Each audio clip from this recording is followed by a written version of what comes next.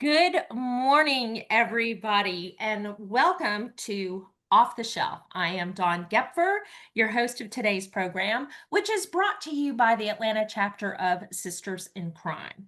Sisters in Crime is an international organization that was founded to support and promote the professional development and advancement of women crime writers. Since its inception almost 40 years ago, in 1986, membership has expanded to include any and all who support the mission of advocacy for equality in mystery and crime writing, publishing, regardless of gender.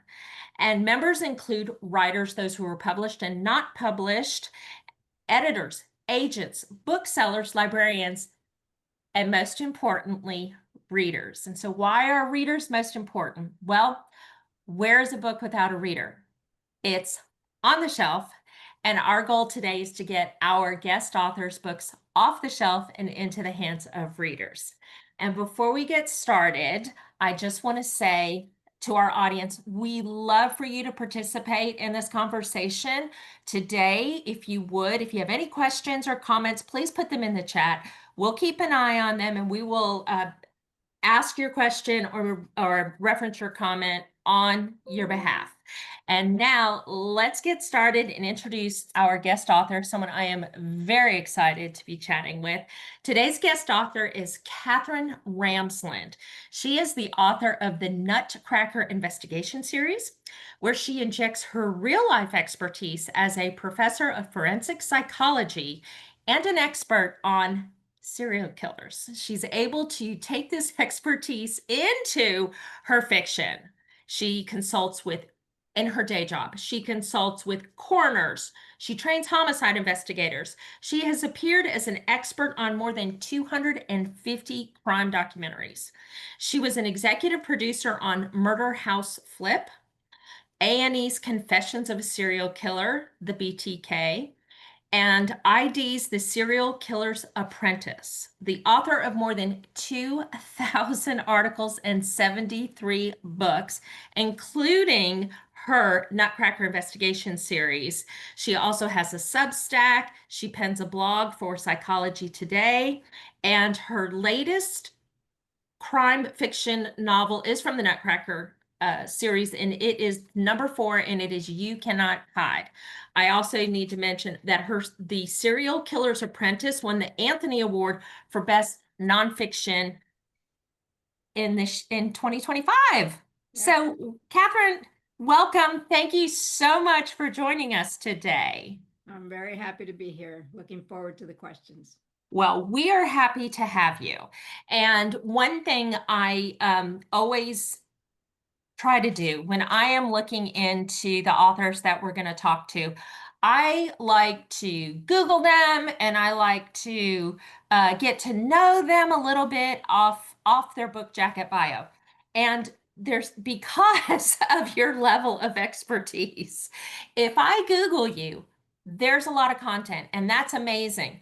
But it's all about your professional work, and there's not much about Dr. Katherine Ramsland. So I'm going to ask you to fill us in and to actually go back in time. I'd love to know about your childhood, where you grew up. So let's start there. Okay, I grew up in Michigan, basic hometown stuff. And when I was 18, I hitchhiked across the country to get away. I went out to Wyoming and then rode a motorcycle across the country when I was 19 and ended up in Oregon. So I've been a lot of places. I've lived in Arizona. Just really had that wanderlust when I was a kid and wanted to get away, and had only a thumb to get me away. But so I grew up in a pretty normal way, but then left quickly. Well, that's such an adventurous spirit. I like the way you referenced it, wanderlust. Yeah, that's amazing. And what a what a brave thing to do, right? And you said you rode a motorcycle. Foolish more than I more than think regular. nowadays we think of it as foolish, although in your line of work, you're probably going to go, you know what? Yeah, it's more notorious these days for that. But the reality is there were things that were happening, back then. But again, we won't go there just yet. But so you mentioned the motorcycle. Did you drive it or were you hanging on the back? I drove it. I bought it, and about 5 days later, I took off. So probably foolish again, but I had some really great adventures on it. Oh, well, I love that. And that's amazing. And these are the kind of things that I like finding out about our author, something, totally random and but so fascinating. So that's great. So somewhere in your adventures, at some point, you decided to, I'm assuming, somewhat settle down and go to college. Yeah, it was 3 years. I mean, when I left high school, I said I would never go back to the classroom. Now I have 5 graduate degrees, so so much for so much for saying never. But it was 3 years. I traveled around the West, ended up visiting friends in Arizona and Flagstaff, and they were going to take summer courses. So I thought, well, I'll just sign up since they're taking classes. I'll take one while I'm here, and it changed my life. I fell in love with learning and couldn't get enough. And I stuffed 2 majors into 4 years, and then went on to get 4 master's degrees and a PhD later in other places. But it was in Flagstaff taking a philosophy course that made all the difference.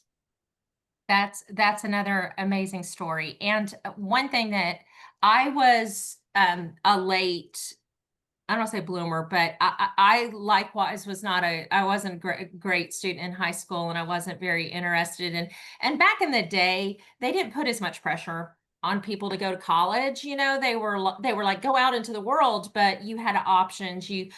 Especially a girl, you could go to college, you could go to work, you could get married, you could go into the military. So there wasn't this like pressure to just go to college. And I have a 27-year-old son, and that's what happened to him. They were like, nope, college. Like there wasn't this encouragement to try to work, and he's not a student either. But likewise, I went out to the workforce, and then years later, this was crazy. I was working full time. I was working full time and I didn't want to give up the paycheck, but I did decide I wanted to go back to school. So I had to go at night, to make it happen. And it took forever.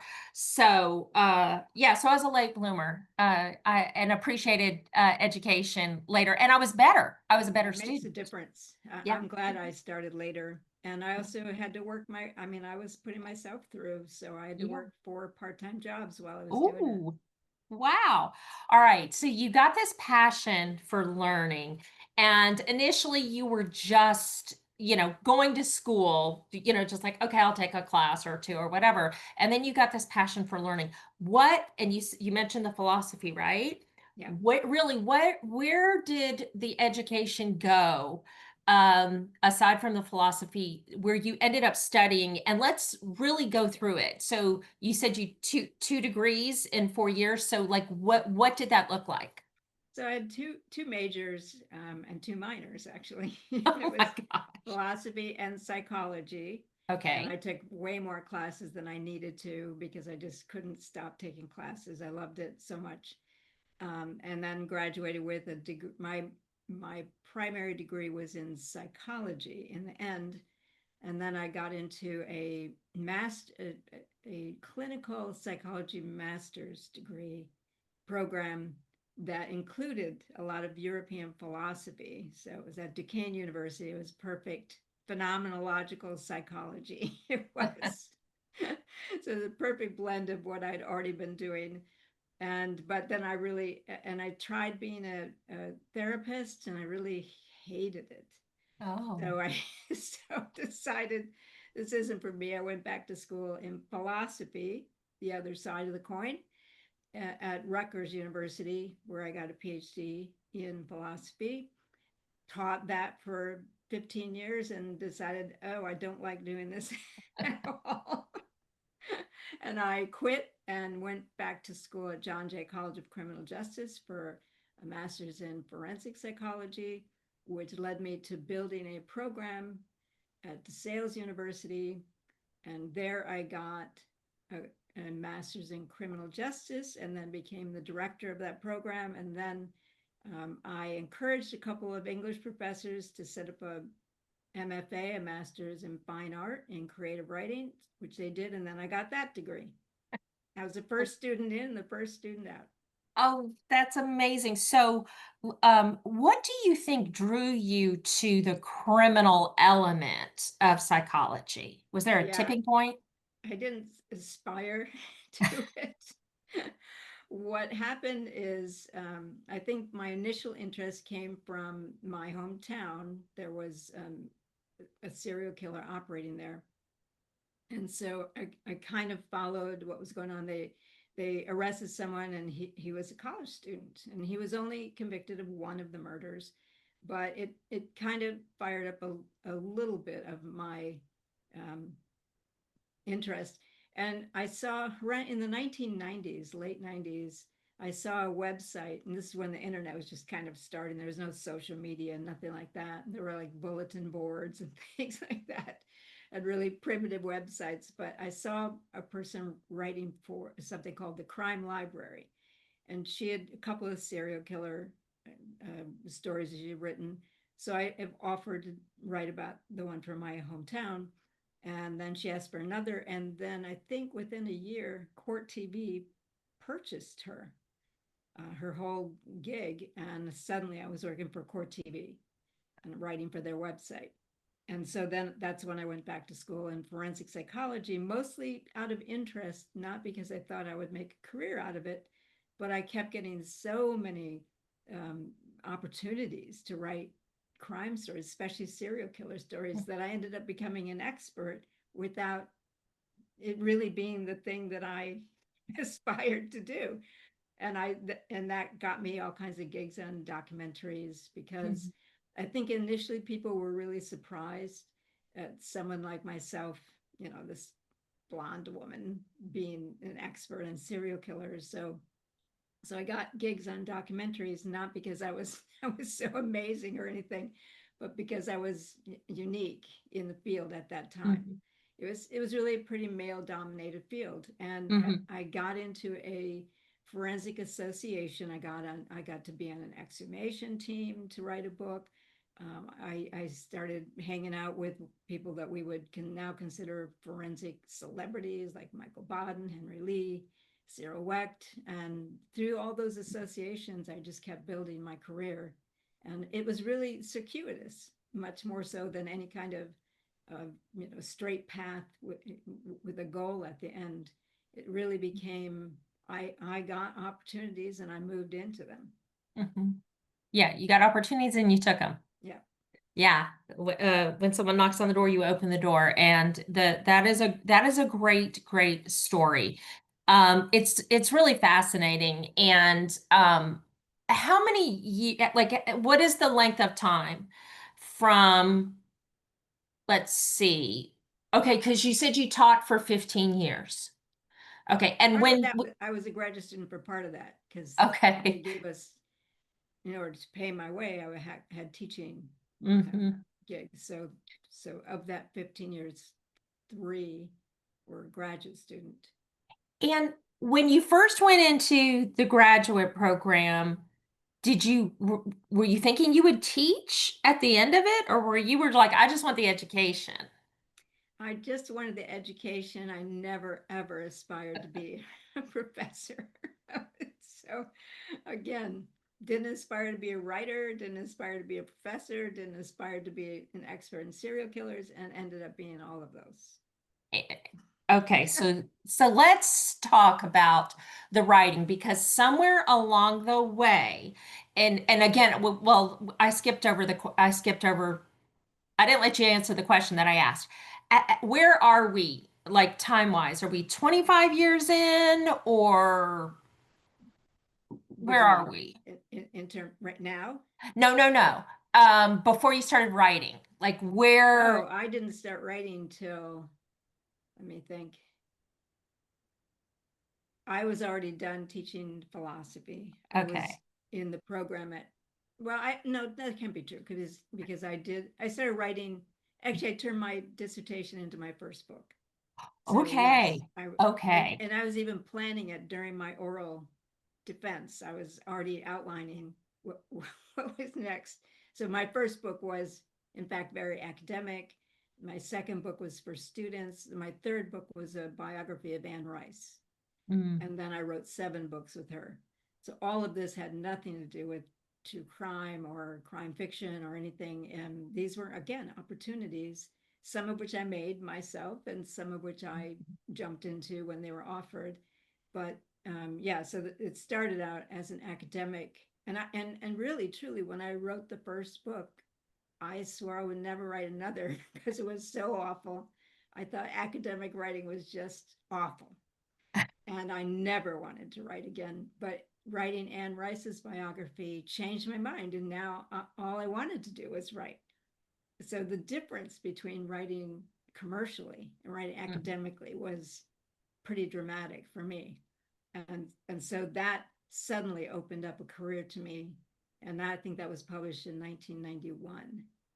Um, but I wasn't a young writer. I mhm. really had done a lot of other things before I ever even thought about writing. Although I will say, when I was 15, I wrote a 1,000-page novel by hand that only my sister and my best friend read before I burned it. I was going to ask, I guess do I you was a want to writer. revisit that story? Yeah. I also kept a detailed journal about my hitchhiking across the country. So, obviously I Mm. was an aspiring writer without knowing that I was. Yeah. So let's talk about the first book real quick because it was your dissertation, right? Initially. Yeah. Well, it Okay, was a so dissertation that combined psychology and philosophy. It was on the Danish philosopher Kierkegaard, but it was applying some of Kierkegaard's concepts to psychotherapy.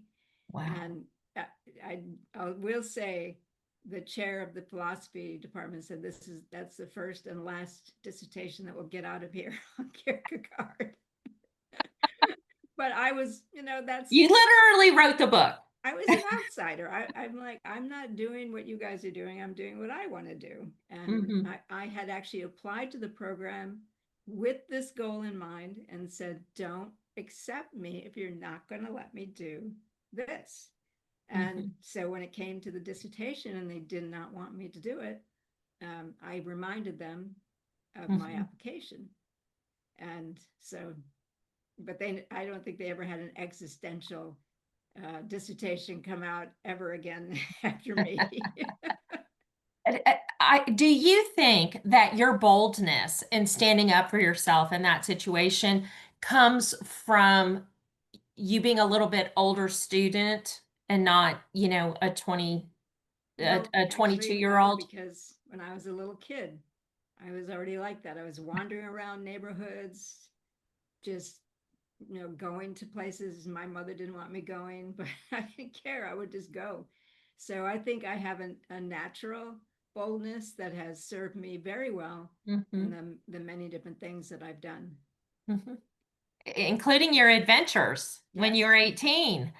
I mean, not many college or high school students just say, I'm going to hitchhike across the country Right. And hop on a motorcycle. and hop And on a motorcycle that I did not even know how to fix or, I just barely learned how to ride. And I got on and I strapped on a backpack and went.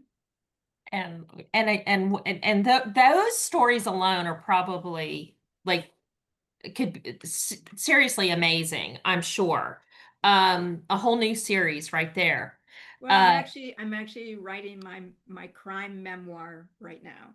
okay. They wanted to include some of those things from my long ago past. Hmm. Well, thank goodness you were safe in traveling that way and in that environment. And I alluded to this earlier that knowledge about these terrible things that happen and these people with such ill intent out there I feel like for a good, and my father was a police officer and I grew up in Miami, Florida. So I don't feel that I was sheltered in any way. I was, and my father in particular was very aware of what could happen. And so maybe a little bit overprotective with us in allowing us to have freedom to, wander around and do things. But there also wasn't a sense of fear. And I can tell you now as an adult that I used to be a little bit braver, not as brave as you, but I would be, a little bit brave in going out and doing something by myself and not really being afraid. But as I've gotten older and more aware of the terrible things that happen in the world, um, I am more fearful to do things, alone and hyper conscious of being someplace and thinking, oh my gosh, realizing, you know what, I didn't tell anybody I was coming here. I hope I'm okay because if Dateline calls my husband, he's gonna be like, I don't know where the hell she went. She was just outright, she said she was going to the store. And so just and again, you being in the field that you are now um in these days and times, we do have to be very, very conscious. And so when you were younger and being adventurous, there was a sense of freedom and not necessarily foreboding about, And I oh, also think adolescence is a time where there is a lot of boldness and a sense of immunity. Nothing's going to happen to me. I right. think that's just part of being an adolescent Mm-hmm. for the most part. But I'm certainly cautious. One of my books after Anne Rice was I went undercover in the vampire subculture for 2 years, and I didn't tell people where I was going, and I did have some pretty dicey situations when I was doing that. Uh, so I think there probably has long been that adolescent sense of immunity in my life, but Mm-hmm. still, if I'm walking alone and I pass any male, I don't care from age 5 on up, I'll always watch over my shoulder. Um, I'm very alert to people pulling up in cars. Mm-hmm.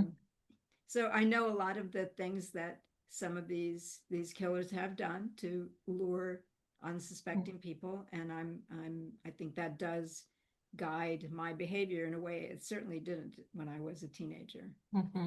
Yeah.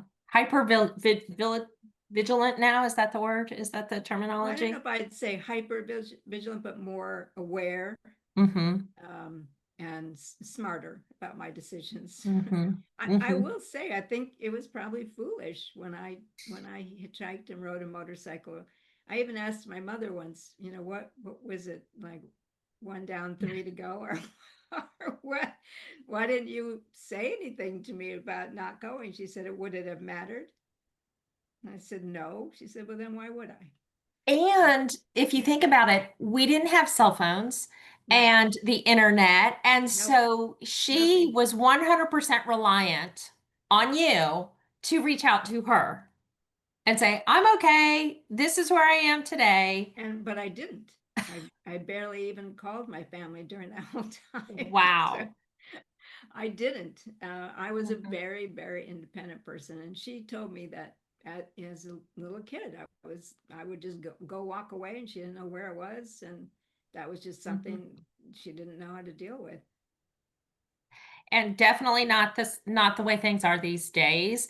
And again, that's great fodder for some story Yeah, especially someone who lived the adventure of it. So let's start talking about okay, so you mentioned the biography of Anne Rice. yes. And you said that changed everything. So number one, what made you write that? And then how did it influence what happens next in your life? So I was teaching a course called Philosophy and Literature, and I noticed that, and I was reading, I think I read Interview with the Vampire. Probably it was the third of her vampire series.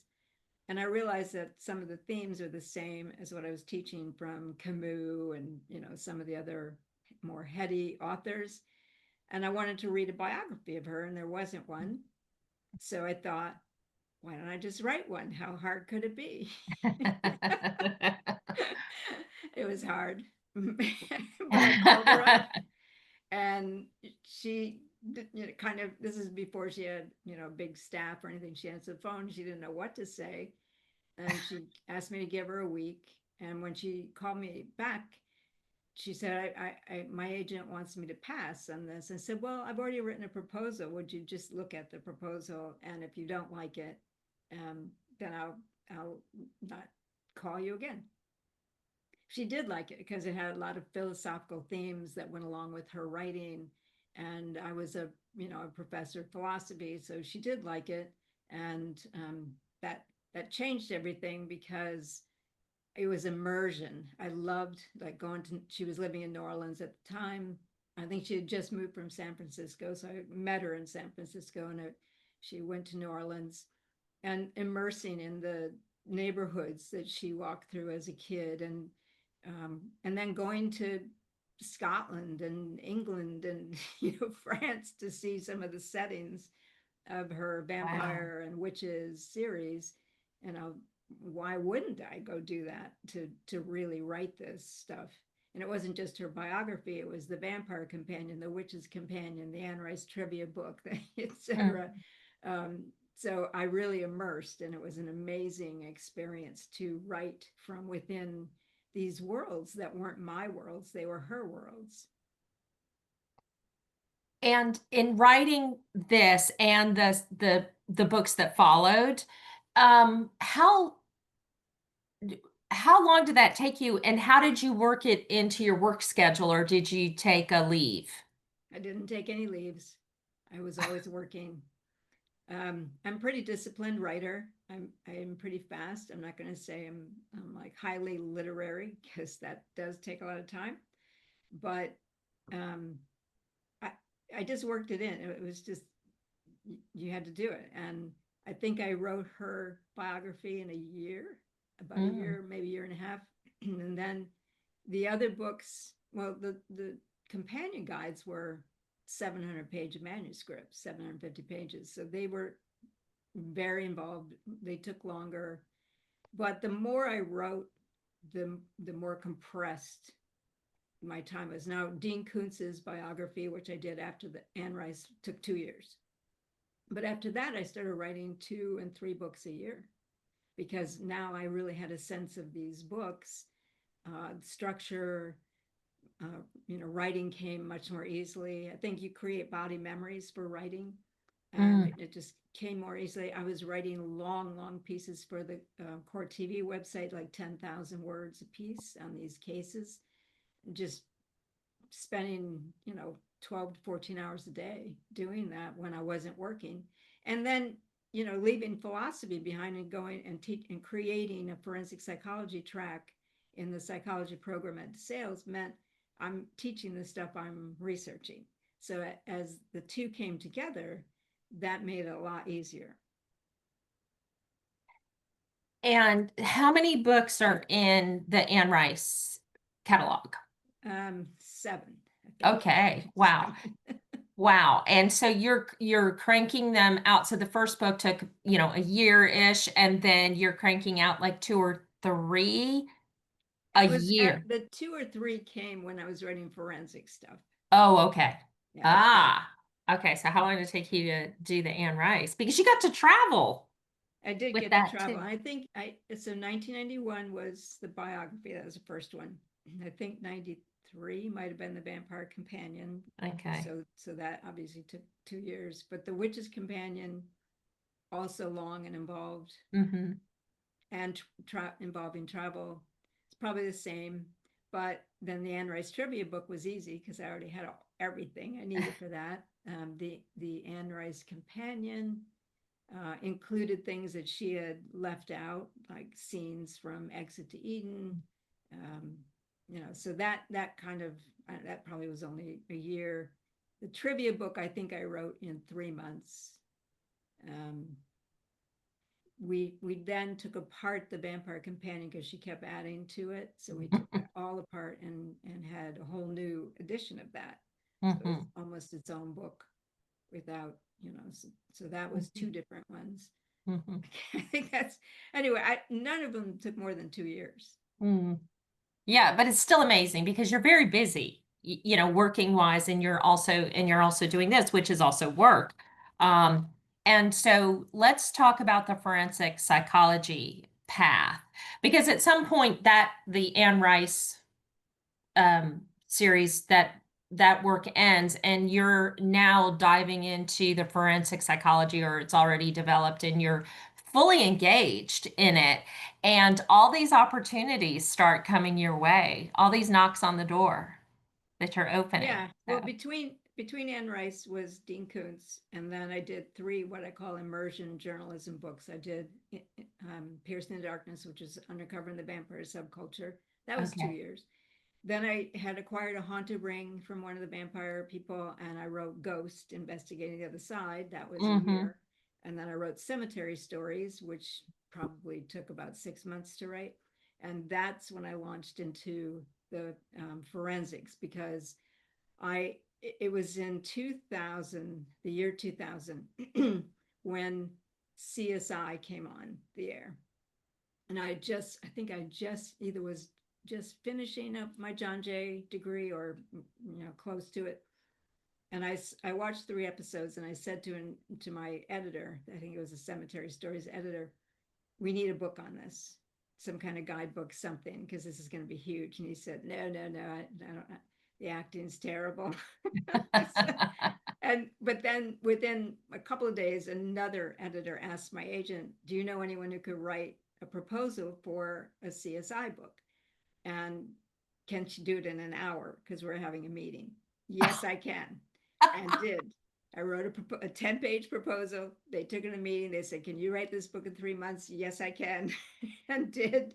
And it came out September, I think it was September 10th, 2011, 2001. So 9/11 was the next day. Yeah. So, Wow. but Yeah. I was right. It was a huge, huge Mm-hmm. hit. Mm-hmm. And that book did very well. And that opened the door to many more opportunities. The forensic psychology of criminal minds, the forensic science of cold case files. There were any number of books like that I got to write because I Mm-hmm. had produced and produced quickly. Mm-hmm. And so just let's take a step back. I'm very curious about the vampire subculture. Like when I hear something like that, I think it's supernatural, it's sci-fi-ish type thing. I don't think of it as a legitimate real world situation. It's role playing, live action role play. Okay. It came out of the games. There was something called Vampire the Masquerade in the mid and actually that what launched that book was a missing reporter. So right around the middle of the 1990s, there was a TV show, Kindred the Embrace, that was Mm, based on the game, with okay. all these vampire tribes and whatnot. And it was pretty huge around the world. There were lots of live action role playing, and then there were vampire clubs and all this. And this reporter in New York was covering the vampire subculture for the Village Voice, and she disappeared. So my agent said, "Oh, I bet you could get into that subculture and find out what happened to her." And so I got, all kinds of vampire outfits, and I went to I went to the Vampire Valentine's Day ball and the Nutcracker Suite party, and there was a specific club in Manhattan that did Vampire Night every week. And then I traveled around the country and found other enclaves, and then I Mhm. went to London and Paris as well. Because why not? Yeah, why not? Go. They Go, were girl. there. I might as well go cover it. And did we ever find out what happened to the missing reporter? I did find out what is likely to have happened to her. The case is still officially unsolved. I worked actually with her father, and because she had a son, it really had nothing to do with the vampires at all. She was Hmm. a risk taker. She was an exotic dancer. She was Hmm. she was nosing around the mafia snuff film Hmm. industry, and she was suicidal, and so there were multiple other issues with this Yeah. woman. It Hmm. wasn't about the vampire subculture, but that was a good entree Hmm. into the book and a good arc for one Hmm. of my explorations. Absolutely. And fascinating.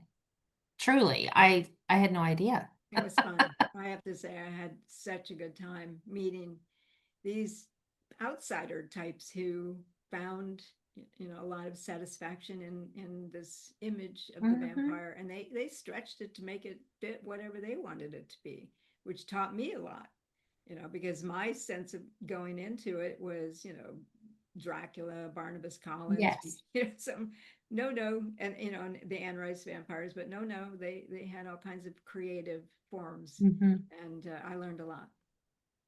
And so knowing like that you're venturing into something where someone said, "Hey, this woman is poking around and now she's missing," and that there's a potential or suggestion that there could be a connection. You go undercover once again. Catherine Yeah, being brave and bold. so I lived in Princeton at the time. I would take the train up to Manhattan and at night and go into these clubs by myself in the Meat District. And when I look back, I'm like, I was nuts, totally nuts, because these were dangerous things to do, and I was Yes. alone. Yes, yes. And again, brave and bold, right? Yeah, And but again, in hindsight, looking back on wow, like and especially when there's this underlying possibility, I'm glad it was discovered that most likely the vampire subculture had absolutely nothing to do with her disappearance. But at the time, you did not know that. I didn't know it, but I did kind of use the guide of it was kind of a famous saying back when I started writing. No fear for me, no fear for the audience, because I was writing horror. I Oh, wrote yeah. two vampire novels too. Yeah. So I was writing. So some people say no tears for author, no tears, but for me it was no fear for me, no fear for them. And Hmm. that's what you want to do when you're writing something like that, is that suspense, that Hmm. fear for my life. I went alone in the woods to meet a guy who said he killed people as a vampire. That was an adventure. I think Yes. it's one of the best stories of the book. Hmm. And again, I'm imagining just trying to understand the time frame of that. There again, no cell phones, Right. no tracking No, nothing. opportunity for you. No, I Strictly, was definitely in dicey situations yeah. where I could have been in danger. And Uh-huh. I'll say the same for the motorcycle trip. I had some dicey situations for sure, and Mhm. hitchhiking. But I survived. Yes. So I'm here to tell the tale. Yeah. And good for us, right, that you survived. Yeah, good for you, but also good for us because of the wonderful tales you are now able to tell us. So things are somewhat settling down for the adventurous Catherine. I'm assuming we're getting into forensic psychology. These amazing doors are opening. You're being identified as an expert. And somewhere along the way, and you're writing, but you're writing um, more academically, would you say, at this point, the forensic like manuals type stuff? Or Yeah, are some you? some were academic, but some were like co-written. I worked with John Douglas, the Mindhunter guy, on Mm, the cases that haunt us. I did the research for him. I co-wrote with a guy who was doing these exhumation teams, a law professor. I co-wrote with another FBI profiler. So, and those are all commercial books. So yeah. I was one of the things my agent wanted to do is kind of position me where I'd have this serious academic thing going, and then also the commercial books, so Mhm. kind of alternating or sometimes doing them at the same time. And any of the co-written books involved me going places and doing research in those places, so adventures continued, plus the crime library stuff. I did Mhm. that for 8 or 9 years, I think. Uh, okay. So when when did you well, first off, your work alone gives you so much ideas, right? Like you like just pick them out of the air. Oh, let's do this now, let's do that. And at some point, because it sounds like you're doing a lot of writing that serious, the true crime, the investigation stuff, and working very hard, very, very busy. And yet, at some point, we're going to segue into more um, fiction are we now at a point where you're starting to develop the Nutcracker Kind investigations, of. or is there something else still to come? I had already written the two vampire novels based on Mhm, my work in the vampire mhm. subculture. And I also wrote two novels based on Jack the Ripper lore. One is called The Ripper Letter, and the other is Track the Ripper. And that one took me to Paris, to Paris and London Ooh. again. Hmm. And then I, my kind of all of it comes together for the first Nutcracker novel, which is called I Scream Man. And I was in a haunted house in outside Savannah called the Buzzard House, and a medium. So I think this is around 2008. A medium came up to me and said the ghost of Danny Hansford wanted to talk to me. And Danny Hansford's the kid that was killed in Midnight in the Garden of Good and Evil. And anyway, so we were there investigating whether Jim Williams, the guy who murdered him because it was not self defense, um, we thought that he was trapped using Danny Hansford, another kid, to traffic boys from bus stations to parties Mm, or, you know. And so the Buzzard House is right next to where Williams had had these parties. So she said Danny Hansford, this medium said Danny Hansford wanted to talk to me because I would understand what it was all about. And she said, I hear Candyland or Candyman. And I just about Candyman.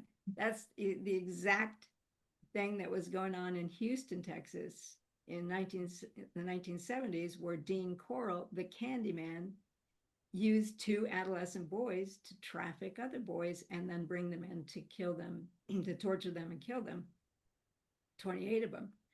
And Wayne Henley, one of his accomplices, had killed Corll to end it, the only accomplice to have done so. So I asked her, should I contact Wayne Henley? And she said I should. I did not do it so at that time. mm, Put that on hold because eventually the novels led back around to him.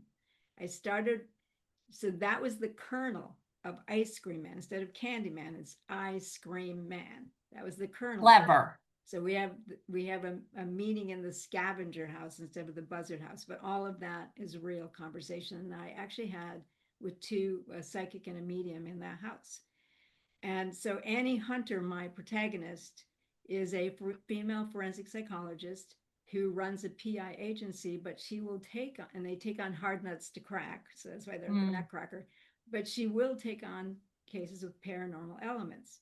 And that came from when I was pitching a show to, at this time I was also working in Hollywood. I was pitching a show to Showtime. And one of the producers said, why aren't you writing about what you do? And that's what I do. I blend paranormal with forensics in a lot of my books. So I wanted Annie Hunter to basically be me and the way she does investigations. And mhm, all of the books are based on true cases. So I ended up doing the novel for my MFA program. And weirdly, another ghost story, since we're in October, I was in yeah. Salem, Massachusetts for a residency. We were in Concord. And I was in Salem walking around. My agent called me and said, what do you want? And I said, what do you mean? He said, you just called me. I said, no, I didn't. I didn't touch my phone. And I had a witness that was with Mhm, somebody.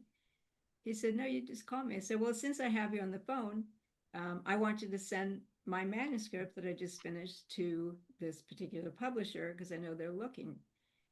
3 days later, I had a 3-book contract. So there, so how that happened, I don't know, but that was the start of the novels. It came from that Buzzard House experience. Wow. It developed over the years, and the first book led me to contacting Wayne Henley finally. And he was a consultant on the second book in The Damage Path because that's about accomplices. Mm, And then that led to The Serial okay. Killer's Apprentice, was Yes. the Anthony winner this year. Yes. And congratulations on that. And one thing I hate to say it, but we're already like ticking close to our hour. I don't know how that happened, you guys. Um, but let's go back to the BTK. Can we talk about that real quick and then we'll jump back to the Yes. Nutcrackers? Well, Okay. that was 2010. I had seen a woman on Facebook who had announced in 2005, when he was first caught, the BTK killer. This is a killer from Wichita, Kansas, who had murdered 10 people between 1974 and 1991 and was finally caught in 2005. This woman had stepped in to do a book with him. And so 5 years later, no book. And I saw her and asked her, whatever happened to your book? And she wanted me to take it over. And that's how I got the opportunity to work with Dennis Rader, which took 5 years. I have Wow. never spent 5 years on any book, but that one took 5 years. It was a very, very hard book to write. I still talk with, in fact, I'm about to talk with him tonight. So 15 years later, I'm still talking to him. And that became a 4-part A&E documentary, and on that production crew was my co-author for The Serial Killer's Apprentice, because she already knew Wayne Henley, and because she Mhm. did and he trusted her, that book went much more quickly than the one with Rader. And I was an executive producer on both of those, so I got, that was my part of my Hollywood experience of being, very involved in the production of these things.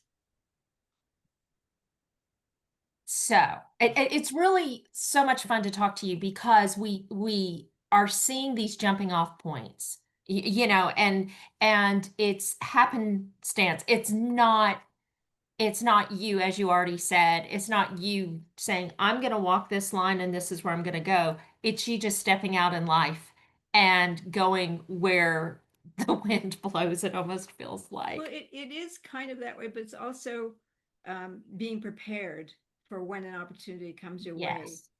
Not just to boldly say, I can do that, but to be able to do it. And so that Yeah. means you have to have prepare yourself along the Hmm. way. And in fact, Arthur Conan Doyle's mentor said that in classroom, prepare for, he was a surgeon, Hmm. and he talked about preparing for the different kinds of patients that you will see. So he studied soils, he studied tobacco and perfumes and different occupations, and so that when someone came, he already knew a whole lot about them because of his background research. That's a lot of that is time consuming, but that's the, in my opinion, the joy of writing is the joy of learning and of research and going new places and meeting new Hmm. people and finding out about them.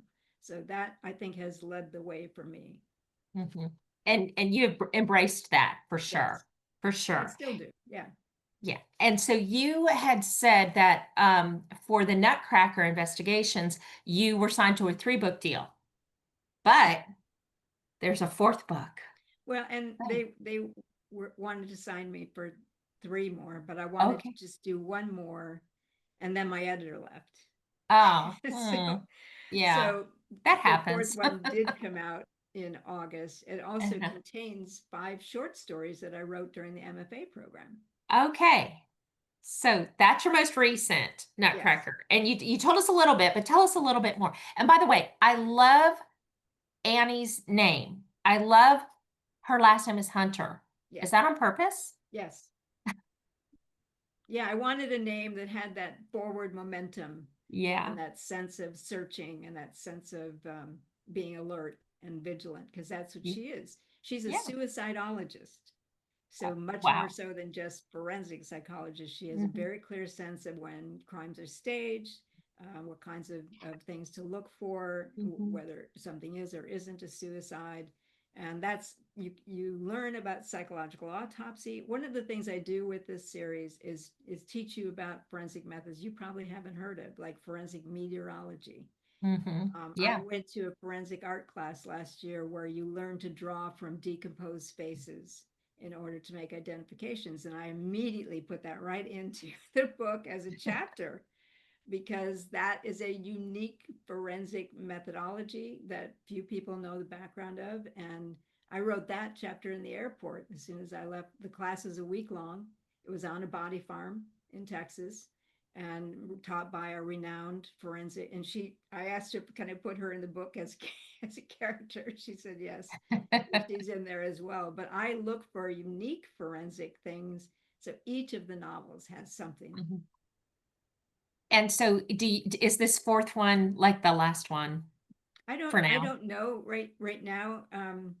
I'm writing my memoir, my crime memoir, so Hmm. that is my focus, and Hmm. I don't know what will happen in the future. Okay, so just if anybody is interested, I had gone to Amazon to look and see about the series, and you can get all four books for Kindle, and it's like less than $25. So Really, maybe I'll get one of those. yeah, totally worth it. And it sounds so fascinating. And I think, and from an entertainment as a reader, I can see where these would be very entertaining, but also educational. And so for writers, it's probably very, very educational to read these and learn these things because you're talking about such unique forensic studies. And so and things that, as you said, things you probably haven't heard of. And things that writers can say, oh, that's a neat concept, and I can add that into my story in this element or whatever. So yay, good for Yeah, you. and it's Always all based teaching. on real cases. Although Yes. like Law and Order, I twist them to a different way. Hmm. But everything, it's all from my files, from things that I have investigated myself, and I went to every place I wrote about as well, so that I Yeah. could really immerse and get authentic detail. Well, I think what I'm probably most excited to read is going to be your memoir because that'll have it all in there. Okay. That's in motion as we speak. Good. And total number of books that you have written or been involved with, is it 73 or is it more? I think it's 74, but when I counted, I kept losing track of the count. I have written a couple ghost, I've ghosted a couple books, Mm. but it's at least 73. It could be more than that. Mhm. Well, I do want to talk about one thing. I am trying to keep an eye on the time, but let's talk about this murder house flip real quick. That is such an interesting concept. Can you explain it to That us? was my idea, even though I didn't get creative credit. I did become an executive producer, and we got two seasons out of it. Murder House Flip. My I had done something with a Hollywood producer who's working for Sony, and we sold something in the room to CBS, which was very exciting. But then, you know, the economy dropped out, and nobody was doing anything. So that idea went nowhere. But he continued to want to work with me. So he said, "Give me a list of ideas." And at the bottom of the list that I thought would just make him laugh was Murder House Flip, and it's bringing together HGTV and CSI, Yeah, right? Because yeah. I loved home renovation. I was renovating. Also, that's another thing I do is I renovated my own home, and I was always watching HGTV, and so I thought, oh, this is interesting. And he loved it, wanted me to develop it, and we made a sizzle reel, and suddenly I'm right in the middle of it. We went around and pitched it all over the place. We sold it 3 times. Um, and it landed with a thing called Quibi, which was um, uh, Kat, Katzenbaum and Spiegelberg were Hmm. part of this, and they were making shows for iPhone. But then the pandemic cut, you know, cut that, and so Roku bought all of Quibi's stuff And that was our first season, which was 6 houses, murder houses that were renovated. No, sorry, we had 4 for the first season, and then Roku paid for a second season, and we got 6 houses. So there are 10 murder houses that we renovated. And the idea was to make over, we didn't really flip them because we couldn't buy all these houses, but was to make over the murder spot to give people a better sense of their home. They got beautiful renovations, sometimes incredible yards, and it was very cool. We started with a female serial killer's boarding house, Mm. which was really fun. Dorothy Puente, and just, I mean, it was so interesting to do this and see these different houses and what people were scared of and what the crime stories were. So you get the crime footage from the crime story, then you get Mm. the designers coming in and deciding what should be done, and then the makeover happens, and then the big reveal. So it's fun.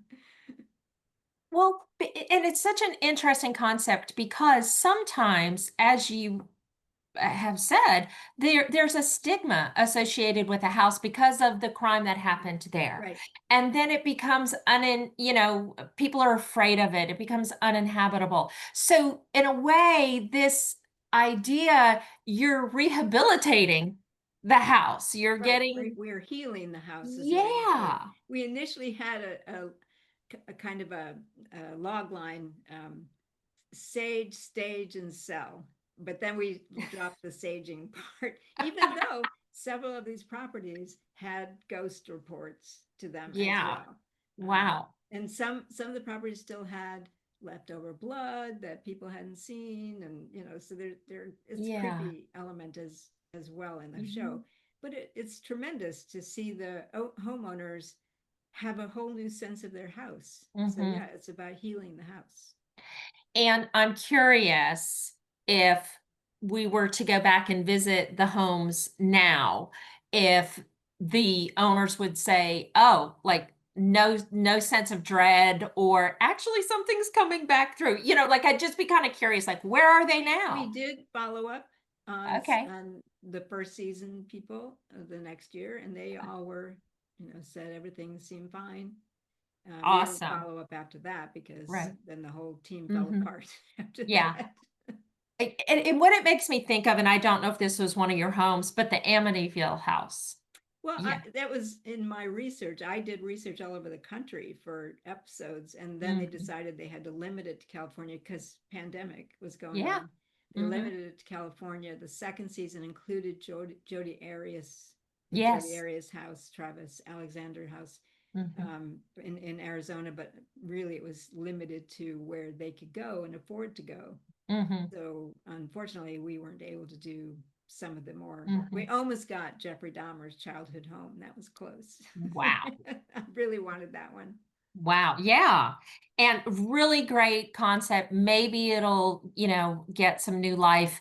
Is that a series like that we could maybe find and stream, or do we have to It's on the Roku network. So that if you don't even need a Roku device. You can just set up a Roku account and it's free. all right. I'm curious. I'm very curious. All right. So we really have come to our time limit. This has been fascinating. One of the things that our chapter does is once a month we have a Zoom call with readers. Linda Foster, who's joining us from Kenya, she joins us on the first Saturday of every month, and we talk about books that we've read recently, and how we feel about them, and so we share. And I was wondering if you have anything in honor of that program. Do you have some books that you've or book that you've enjoyed and you're like, oh, everyone should read this book, or it's something to share from your reading life? Yeah. Well, for writers, a craft book, The Fire in Fiction from Donald Moss, I think will Oh yeah. transform your writing because it's about micro tensions that should appear in every scene. And he gives a lot of great examples. And I recently wrote a blog about craft books that I would recommend. And the example I used was a book I recently read that's just now out from John Bacon called The Gales of November. It's Oh. on the 50th anniversary of the sinking of the Edmund Fitzgerald. Hmm. And his book is amazing. So he has the background of all 29 men who went down with the ship. And I mean, it came so close to making it. So it's a Mm. heartbreaking story. And Yeah. you get the backgrounds of all these men. And why I say this about Moss's book is it isn't an information dump of all these biographies because you know what's at stake for each one of them. And so there's this tension all the way through of Mm. building toward their final ending in this horrible frozen Lake Yeah. Superior as the ship is going down and you know all the things that happened to it and how it all I mean his research is unbelievable. It's called The Gales of November. And Hmm. he also then adds how Gordon Lightfoot wrote the song when his Oh. career was Mm. lagging and he didn't know what he's going to do. And suddenly this he's in Michigan and the Mhm. news comes about this shipwreck and Time, I think it's Time magazine did an article that gave him some of the lines for the song. And so Mhm. you get that story in the book as well. But I just think that was a tremendous read. It just grabbed me Mhm. all the way through. So that would be the one. Thank you for recommending that. I am a bit fascinated with the Edmund Fitzgerald, one of the reasons being that song. And I listen to classic rock, so it comes on a lot. And some of my friends tease me when it comes on. They're like, there's your song, because I won't let them change a channel or anything. And they're like, it's depressing. But you know what I love about that song the most is it doesn't let you forget what happened. Right. Like you're not going to forget. Otherwise, it may, unless you live in Michigan, it may not cross your mind, right? But yet that song keeps it forefront. And Yeah. so And it's the 50th grateful to anniversary. him for So doing that. yeah. But so I would tell everybody. Uh-huh. I don't know the author, but Mhm. he did a tremendous job of Well, thank you. yeah. And I will definitely be adding that to my to be read pile, which is very, very long, but maybe we'll move it up. Um, Dr. Ramsland, Katherine, thank you so much for being with us today. Fascinating. I could talk to you forever.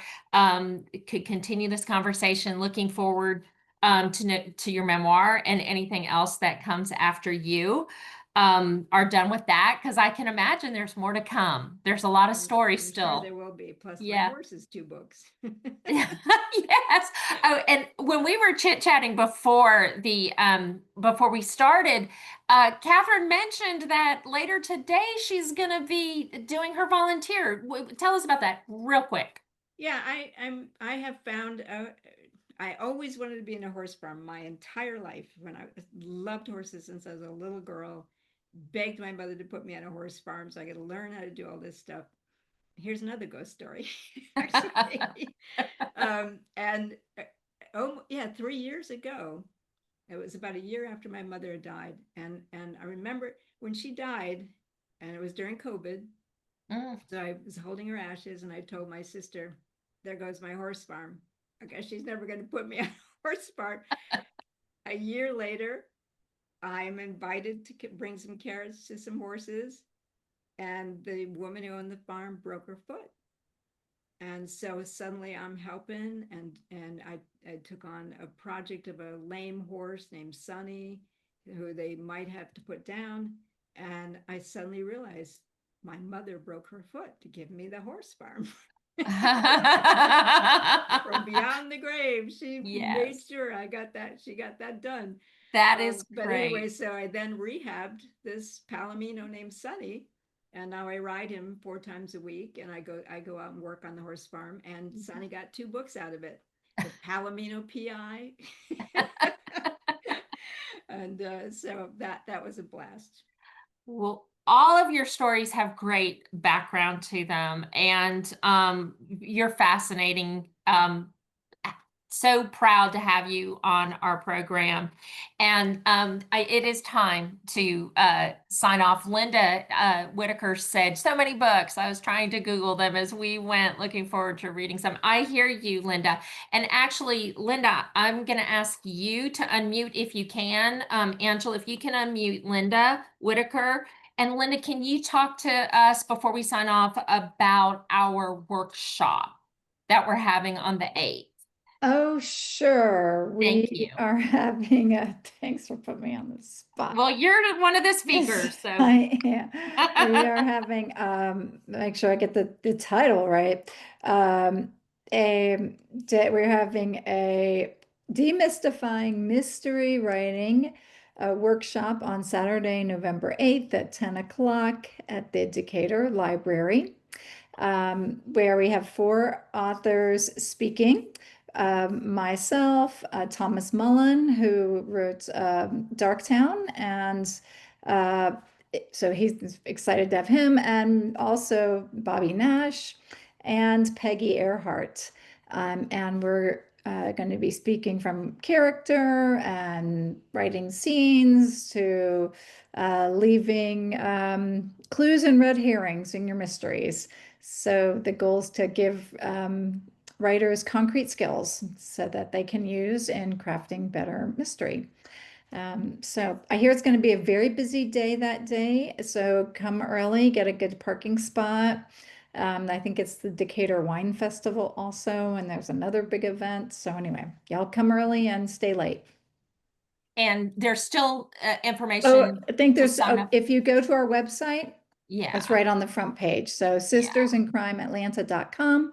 Yep, come in and sign up. And it's only $50 for non-members and $25 for members. That includes lunch, so it's a bargain. Oh, yeah, for sure. And thank you so much. And yes, I did put you on the spot, but the last time I tried to pitch it, I stumbled over the title and I was like, I'm not doing that again. So, so I put you on the spot. Again, Dr. Ramsland, thank you so much. I appreciate you spending your Saturday morning with us. Looking forward to reading everything that you're connected with and checking out that murder house flip because and you said it you said it perfect author for October. We hit it all. We hit true crime. We hit All the vampires. supernatural. We like it's perfect. Perfect October guest author. Thank you so much. Well, thank you for having me. It's great fun. Yes, and everyone, please continue to join us for our Off the Shelf. Next month, our author is Elle Jaffray, and I probably so butchered her name. She'll have to coach me how to pronounce that. And all of our information, as Linda said, is going to be available on our sistersincrime.com website and also our Facebook page. And wishing everybody a very happy Saturday. Happy Halloween. It's coming up. And go have a great day. Thank you. Thank you so much.